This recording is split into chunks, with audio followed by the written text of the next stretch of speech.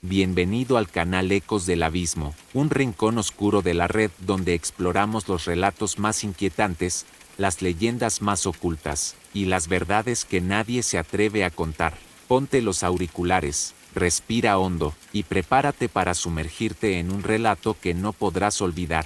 Miguel Ortega llevaba 15 años como guardabosques en la región montañosa de Sierra Negra, un vasto y escarpado territorio donde las copas de los árboles se enredaban como dedos de gigantes antiguos. Sus días transcurrían patrullando senderos olvidados, cuidando la fauna, asegurándose de que los excursionistas no se extraviaran en los dominios del bosque. Con el tiempo, había llegado a conocer aquel terreno como la palma de su mano, o al menos, eso creía. Era finales de otoño. Las primeras nieves ya amenazaban con cubrir los altos pinos, y el viento gélido traía consigo un silencio incómodo, un silencio que, en los últimos días, parecía más profundo que nunca. La estación de vigilancia de Miguel estaba aislada, un pequeño refugio de madera, a varios kilómetros de la carretera más cercana. Las comunicaciones por radio eran irregulares, pero él siempre había apreciado esa soledad. Le permitía desconectarse del ruido de la civilización. Sin embargo, algo comenzó a cambiar. Los animales parecían más inquietos. Los corzos, que solían cruzar los claros en grupos, desaparecieron. Los búhos callaron sus cantos nocturnos. Incluso los rastros en el barro revelaban huidas abruptas de lobos y zorros. Y Miguel comenzó a tener sueños extraños. Soñaba con corredores subterráneos, con voces guturales que lo llamaban por su nombre. Siempre despertaba empapado en sudor.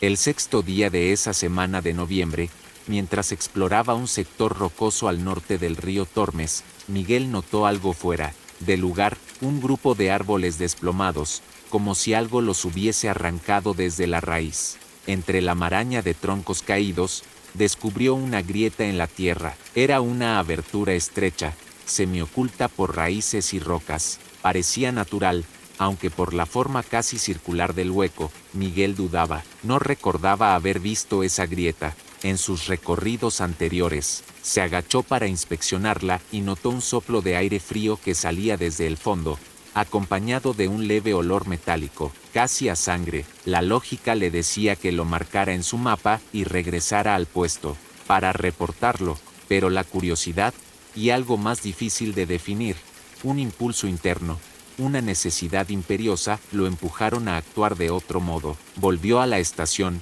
se aprovisionó con linterna, cuerda, una bengala de emergencia y una pequeña pistola. De bengalas, por si acaso. A pesar de que no lo reconociera abiertamente, sentía un temor sordo. No sabía por qué, pero debía bajar. Al caer la tarde, con la linterna en mano, regresó a la grieta. Tras despejar la entrada con esfuerzo, descubrió que se abría en un pasadizo descendente, lo bastante amplio como para caminar encorvado. La humedad era asfixiante, el hedor, más fuerte. Con cada paso que daba, tenía la sensación de internarse, no en la tierra, sino en algo vivo. El túnel se extendía en línea recta por decenas de metros hasta desembocar en una cavidad mayor. Cuando Miguel enfocó su linterna, el haz de luz iluminó paredes talladas, con símbolos, runas antiguas, círculos entrelazados, figuras humanoides de miembros alargados y ojos vacíos. Su pulso se aceleró. Nadie, ni los viejos mapas ni los registros arqueológicos, mencionaba que hubiese ruinas en ese sector. Y, sin embargo, allí estaban, ocultas en las entrañas del bosque. Miguel avanzó, hipnotizado. Cada paso resonaba como un eco gutural. Sintió frío, un frío que no provenía de la piedra, sino de su interior. En el centro de la caverna, descubrió un altar, una piedra tosca ennegrecida por el tiempo, rodeada de huesos pequeños, animales, pensó, o eso quería creer. Sobre el altar, descansaba un objeto que lo hizo detenerse en seco, un cráneo humano, de color rojizo, como si hubiese sido bañado en sangre, y grabada en la frente, una runa similar a las de la pared. Fue entonces cuando lo oyó, un susurro, bajo, gutural, no un ruido natural, sino una voz que no vibraba en el aire, sino en su mente. Miguel Ortega, soltó un grito, y giró sobre sus talones. enfocando la linterna hacia la oscuridad. No había nadie, solo rocas y runas. Sin embargo, la voz seguía, murmurando palabras en un idioma incomprensible, arrastrando sílabas que parecían corroer sus pensamientos. El aire se volvió más denso, las paredes parecían palpitar. Miguel retrocedió, pero al hacerlo, notó algo que le heló la sangre. La grieta por la que había entrado ya no era visible, como si la cueva hubiese cambiado, como si estuviera viva y no le permitiese escapar. Entonces, un ruido, no un eco, sino un paso. No estaba solo. Desde la negrura, dos puntos brillaron débilmente, ojos, observándolo desde la oscuridad, y una silueta, alta, esquelética, empezó a tomar forma, arrastrándose desde el fondo de la gruta. Miguel apenas tuvo tiempo de reaccionar. Corrió, buscando una salida. El túnel parecía cambiar de forma con cada metro. Las runas temblaban, y sus propios pensamientos se desvanecían, su mente atrapada en una espiral de terror. Pero el ser lo seguía. Miguel corría a ciegas por los oscuros túneles. Su linterna temblaba en su mano derecha, lanzando haces de luz erráticos que apenas iluminaban el camino por delante. Su respiración era frenética, jadeos entrecortados que resonaban por las paredes de la gruta como si fueran gritos de otro mundo. Detrás de él, ese ser, esa entidad, avanzaba, no caminaba, flotaba a escasos centímetros del suelo, su silueta espectral deformándose con cada movimiento. El aire a su alrededor vibraba con un sonido grave, profundo, que perforaba los oídos y helaba los huesos. Miguel no comprendía cómo era posible que la entrada hubiera desaparecido. Cada paso que daba solo lo conducía más adentro de la cueva. El túnel parecía vivo, como si se reconfigurara para atraparlo. En un momento de desesperación, resbaló en la humedad del suelo rocoso y cayó pesadamente. La linterna rodó por el piso, su luz parpadeando al borde de la oscuridad. Fue en ese instante que lo vio por completo. Aquella figura humanoide se desplazaba lentamente hacia él. Era alta, de extremidades larguísimas, cubiertas por una piel oscura, casi negruzca, como cuero quemado. Su rostro era un vacío, dos cuencas profundas de donde fluía un resplandor rojizo, y una boca deformada que parecía murmurar constantemente. En un idioma imposible, Miguel se arrastró hasta recuperar la linterna. Su instinto lo empujaba a luchar, a resistir, pero el terror era paralizante. Recordó la bengala de emergencia en su cinturón. Con manos temblorosas, la extrajo y la encendió. Un chorro de luz roja y chispeante iluminó el túnel. Por un instante, el ser se detuvo, emitiendo un sonido gutural, una especie de gemido de ira. Miguel aprovechó la distracción y se levantó a trompicones, corriendo sin dirección definida. Cuanto más corría, más retorcidas y profundas se volvían las galerías. Los muros comenzaban a mostrar marcas más recientes, no runas ancestrales, sino garras, surcos profundos en la roca, como si algo o alguien hubiese estado atrapado allí durante muchísimo tiempo. El horror se multiplicaba en su mente. La cueva ya no era solo un lugar físico, era como una prisión, un santuario para aquella entidad. De repente, Miguel llegó a una cámara más amplia. En el centro, un pozo natural de varios metros de diámetro se abría en el suelo. De su interior emanaba una niebla oscura y pesada. Al acercarse, el guardabosque sintió un dolor punzante en las sienes. Voces, múltiples voces, en su cabeza. Te vemos, has entrado en nuestro dominio, no escaparás. Miguel cayó de rodillas. Su voluntad comenzaba a quebrarse. En ese trance, comenzó a recordar antiguos relatos de los ancianos del pueblo vecino, cuentos de los tiempos de la colonia, historias sobre cavernas prohibidas, de los demonios que moran bajo la tierra, a los que los primeros exploradores temían más que a las bestias salvajes, historias que había considerado meras supersticiones. Hasta ahora, con un esfuerzo casi sobrehumano, Miguel se obligó a ponerse en pie. Sabía que si se dejaba arrastrar por esa niebla, no volvería a ver la luz del día. Debía encontrar una salida. Reuniendo el poco valor que le quedaba, buscó en el cinturón otra bengala, la encendió y la lanzó dentro del pozo. La luz roja descendió, y por primera vez, iluminó las profundidades. Lo que vio lo dejó sin aliento. Decenas, quizá, cientos de esqueletos humanos descansaban en el fondo del pozo, mezclados con huesos de animales y fragmentos de metal antiguo, y en el centro, un círculo tallado en piedra, rodeado de símbolos arcanos, pulsaba débilmente con un resplandor rojizo. Era un sello de contención, o de invocación. No estaba ante una cueva cualquiera, estaba ante un templo profano, un sitio destinado a rituales olvidados, donde algo, aquella criatura había sido encerrado, o peor aún, adorado. El viento cambió, la entidad se acercaba, susurrando con más fuerza. La temperatura cayó bruscamente. Miguel, jadeando, notó una grieta en la parte superior de la cámara, una abertura apenas perceptible por donde corría una brisa helada, su única oportunidad.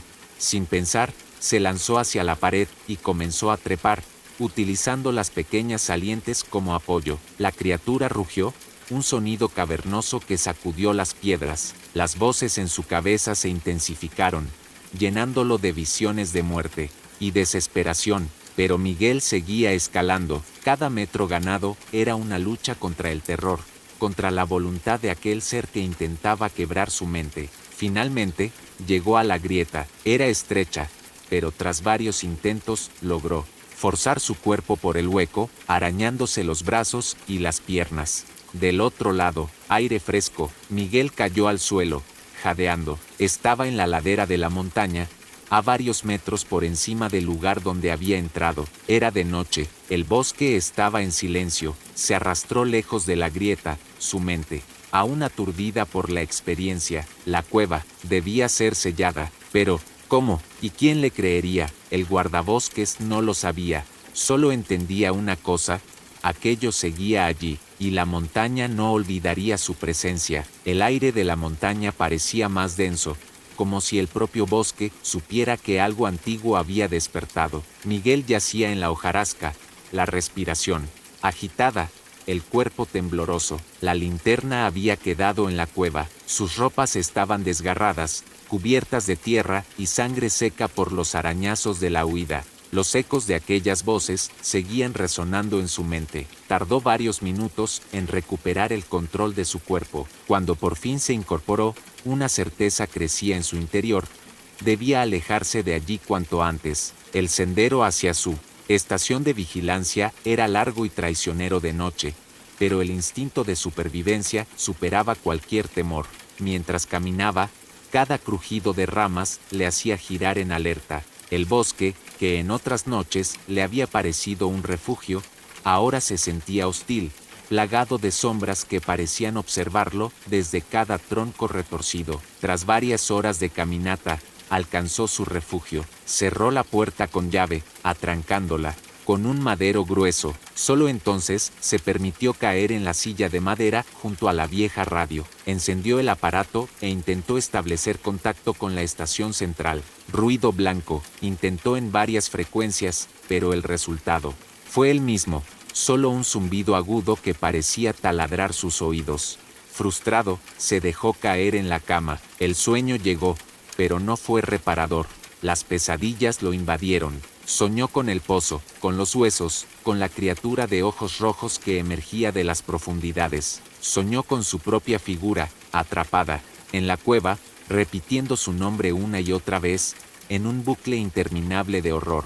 Cuando despertó, el amanecer teñía de gris las copas de los árboles. Se lavó el rostro en el pequeño lavabo de la estación e intentó razonar la experiencia. ¿Podía haber sido una alucinación, un delirio inducido por gases subterráneos, por el cansancio? Pero sus heridas, las marcas en sus brazos y piernas, eran demasiado reales. Y las voces, esas voces no eran un producto de la mente. Decidió que debía informar a alguien, quizá al doctor Aranda, un viejo amigo suyo, que vivía en el pueblo de Valle Oscuro, al pie de la sierra. Un hombre que, además de médico, había estudiado folclore y sabía escuchar sin juzgar. Miguel empacó sus cosas, armado con una nueva linterna, su machete y un revólver oxidado que guardaba como última medida.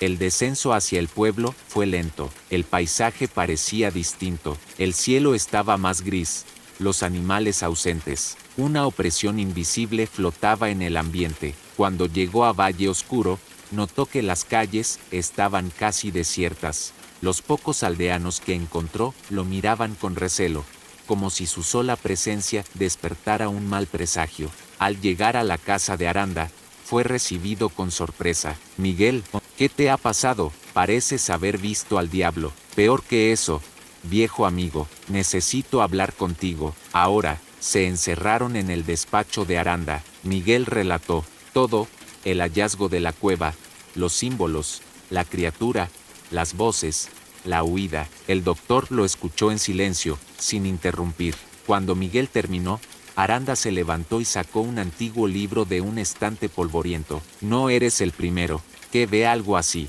Hace siglos, los primeros colonos ya hablaban de la boca del abismo, un lugar prohibido en la montaña. Decían que bajo la tierra había sido sellado un espíritu demoníaco, pero con el paso de los siglos, el lugar fue olvidado. Pasó las páginas amarillentas hasta encontrar un grabado. Era la imagen de una criatura alargada, de ojos rojos, idéntica a la que Miguel había visto. El guardabosques sintió un escalofrío recorrer su espalda. «Debemos sellar esa cueva, Miguel. Si el sello se ha debilitado, y si tú lo has perturbado, podría ser el fin». El guardabosques asintió, aunque en su interior sabía que el mal ya se había despertado. No sería tan fácil volver a encerrarlo. El día se tornaba ceniciento cuando Miguel y Aranda partieron hacia la montaña. El viejo doctor insistió en llevar consigo un maletín repleto de objetos extraños, un rosario ennegrecido, pequeños frascos con hierbas secas,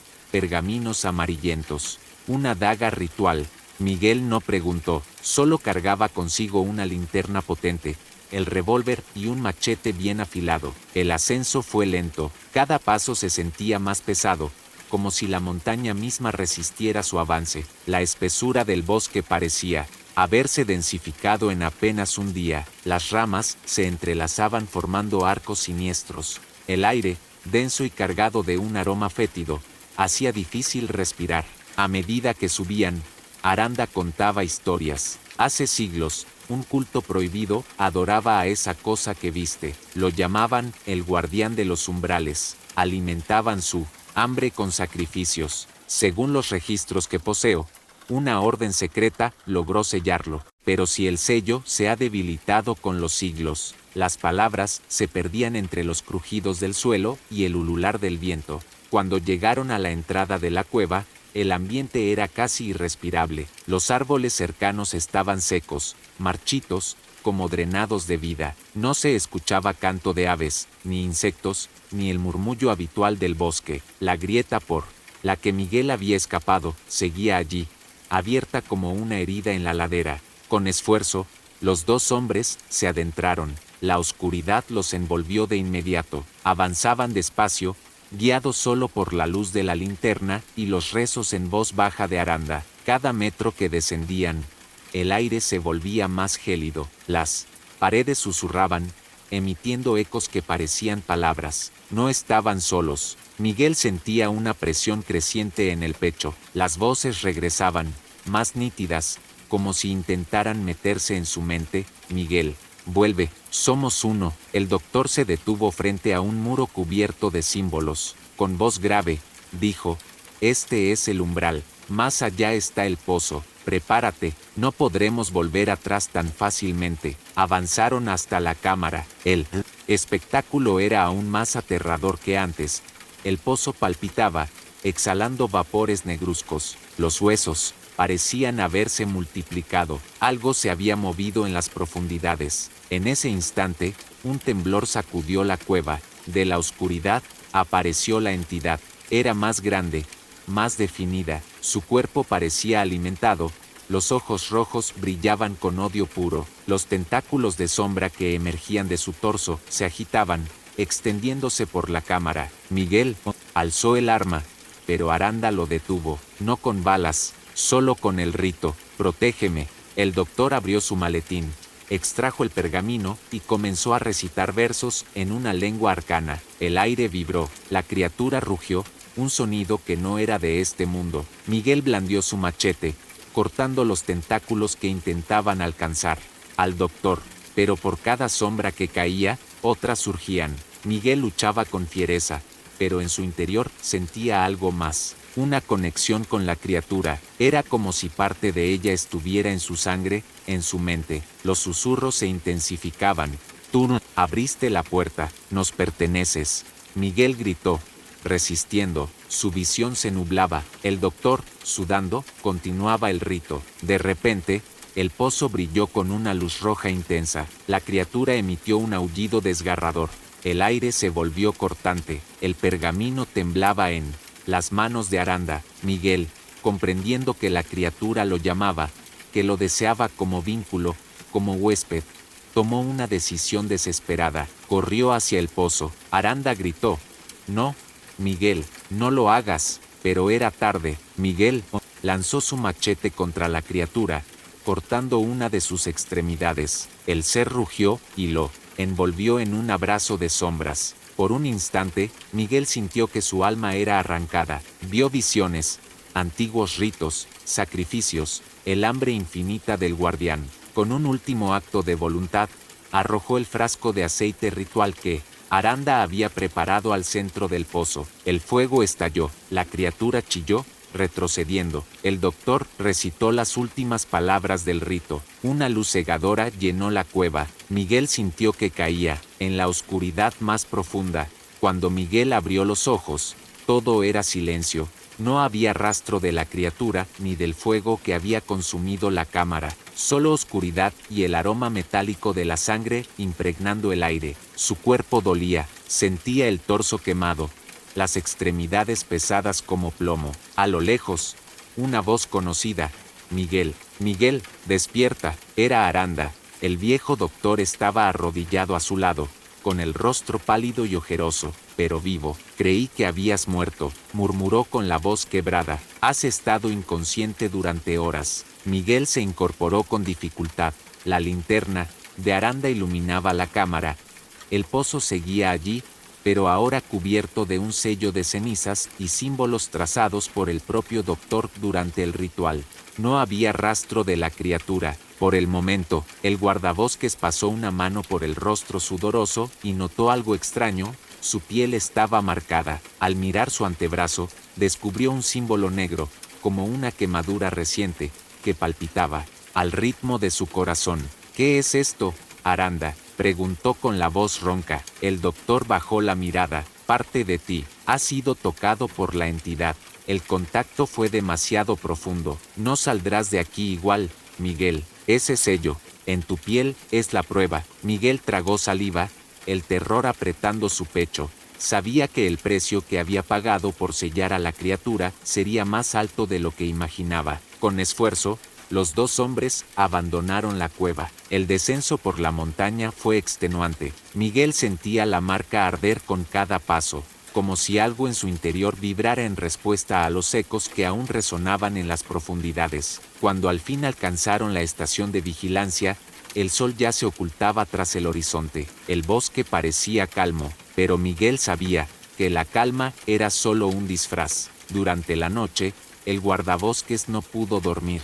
Cada vez que cerraba los ojos, visiones de la criatura inundaban su mente. Los susurros regresaban, más débiles, pero constantes. Aún estamos aquí, nos perteneces, volveremos. Aranda le explicó que el sello del ritual no era permanente. El guardián ha sido contenido, pero no destruido. Esa cosa es antigua, más allá de nuestra comprensión. Su esencia se aferra a ti porque eres el vínculo que la despertó. Miguel, devastado, preguntó, ¿hay alguna forma de romper esta conexión? El doctor suspiró, quizá, pero se necesitaría un ritual más fuerte, uno que no domino por completo, y el riesgo sería enorme. Mientras tanto, debes alejarte de la montaña. El guardián te buscará si vuelves. El guardabosques asintió, aunque en su interior sabía que huir no sería suficiente. La marca en su piel lo ataba para siempre a la criatura. Pasaron los días. Miguel dejó su puesto en la montaña.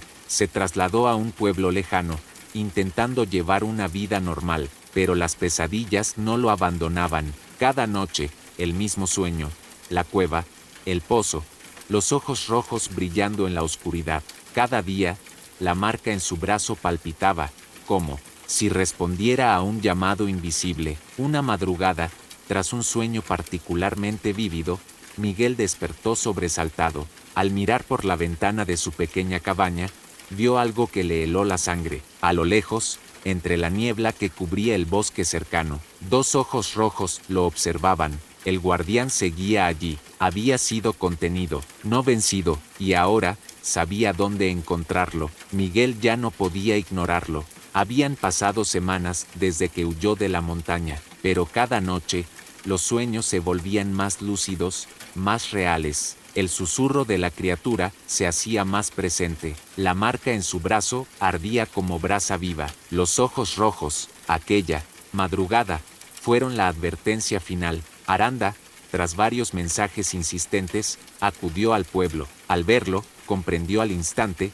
el vínculo se está fortaleciendo. El guardián te reclama. Si no hacemos algo, pronto no quedará nada de ti, Miguel, con la mirada cansada, respondió. Entonces, acabemos con esto. No puedo seguir viviendo así. El doctor asintió solemnemente. Había investigado en antiguos grimorios. Existía un ritual más complejo, más peligroso, un ritual de disolución. Podía romper el vínculo o condenar a Miguel para siempre. Debemos regresar a la cueva, al corazón del pozo. Solo allí el rito tendrá efecto. Miguel, sin dudarlo, aceptó. Sabía que no podía huir de su destino. Partieron al amanecer.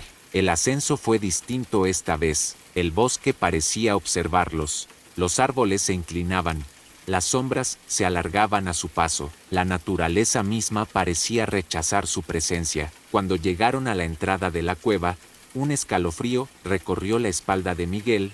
La grieta había crecido. Era más amplia, más oscura, como si la montaña respirara, aguardando su regreso. Entraron. Las paredes sudaban humedad negra. Los susurros eran constantes, como si miles de voces hablaran al unísono. Miguel, nos buscabas. Bienvenido a casa. El doctor comenzó los preparativos. Dibujó un círculo de protección con sangre de cordero y cenizas. Colocó velas negras en los puntos cardinales. Miguel, en el centro, sentía que su corazón latía en sintonía con algo profundo bajo sus pies. El ritual comenzó. Aranda recitaba versos antiguos, palabras que parecían rasgar el aire. Miguel sentía que su cuerpo se estremecía. La marca en su brazo brillaba con un fulgor enfermizo. Y entonces, el guardián apareció, más grande, más terrible, ya no una criatura amorfa, sino una entidad que desbordaba la comprensión humana,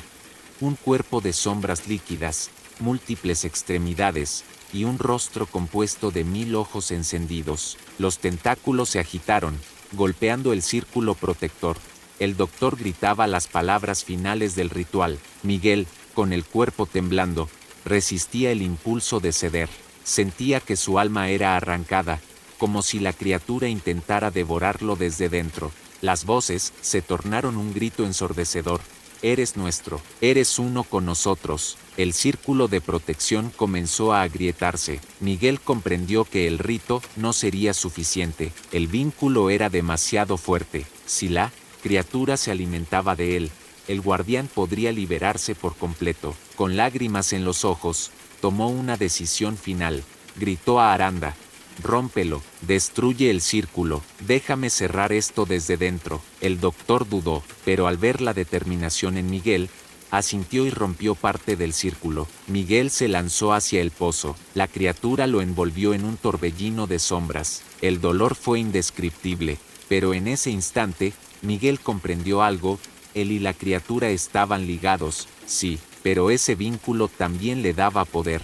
Por un segundo, pudo sentir la esencia del guardián, su hambre, su origen, su debilidad. Con una última chispa de voluntad, recitó mentalmente las palabras del rito, canalizando la energía de su propio cuerpo. Su sangre ardió como fuego puro. El pozo estalló en una columna de luz blanca. El grito del guardián resonó en las entrañas de la montaña. El aire se partió en 1000 pedazos. Aranda fue arrojado contra la pared, perdiendo el conocimiento. Cuando despertó, la cueva estaba en ruinas. El pozo había desaparecido. El sello, sellado de nuevo, pero esta vez con la sangre y el sacrificio de Miguel. No había rastro del guardabosques, solo la marca de ceniza sobre la piedra, como un último eco de su lucha. Y así termina la historia de Miguel Calderón, el guardabosques que, por el peso de su deber, se adentró en los abismos más oscuros de la montaña y se enfrentó a un ser cuya existencia trasciende el tiempo y la razón. Muy pocos conocen lo que realmente sucedió en aquella cueva. En los registros oficiales, Miguel simplemente desapareció, un guardabosques más que se perdió en el bosque, en circunstancias nunca esclarecidas, pero en los susurros de los ancianos del pueblo, se sigue contando su historia. Dicen que, en ciertas noches sin luna, si te adentras demasiado en la montaña, puedes escuchar ecos lejanos, el lamento de un alma que aún vigila las profundidades para contener lo que no debe despertar jamás. Pocos tienen el coraje de escuchar un relato como este hasta el final. Si tú has llegado hasta aquí, permíteme felicitarte, formas parte de un grupo selecto de almas curiosas y valientes, dispuestas a explorar los rincones más oscuros de nuestro mundo. Si es así, te invito a dejar en los comentarios la frase: yo vigilo las sombras junto a Miguel, así podré reconocer a quienes han permanecido con nosotros hasta el último eco de esta historia. Y si este relato te ha estremecido, si ha encendido en ti esa chispa de inquieta curiosidad por lo desconocido, te animo a compartir este video con aquellos que también buscan respuestas en la oscuridad. Recuerda, cada like que dejes no solo apoya al canal, sino que ayuda a que estas historias sean recomendadas a más personas que, como tú, sienten la llamada de lo oculto. Suscribirte es más que un simple clic, es unirse a una comunidad de buscadores que caminan al borde del abismo, deseosos de descubrir qué se oculta más allá del velo de lo cotidiano. Así que, ajusta bien tus auriculares, mantente alerta, porque en este canal, Ecos del Abismo, los relatos más oscuros y perturbadores siempre están aguardando. Hasta la próxima historia, y que las sombras te sean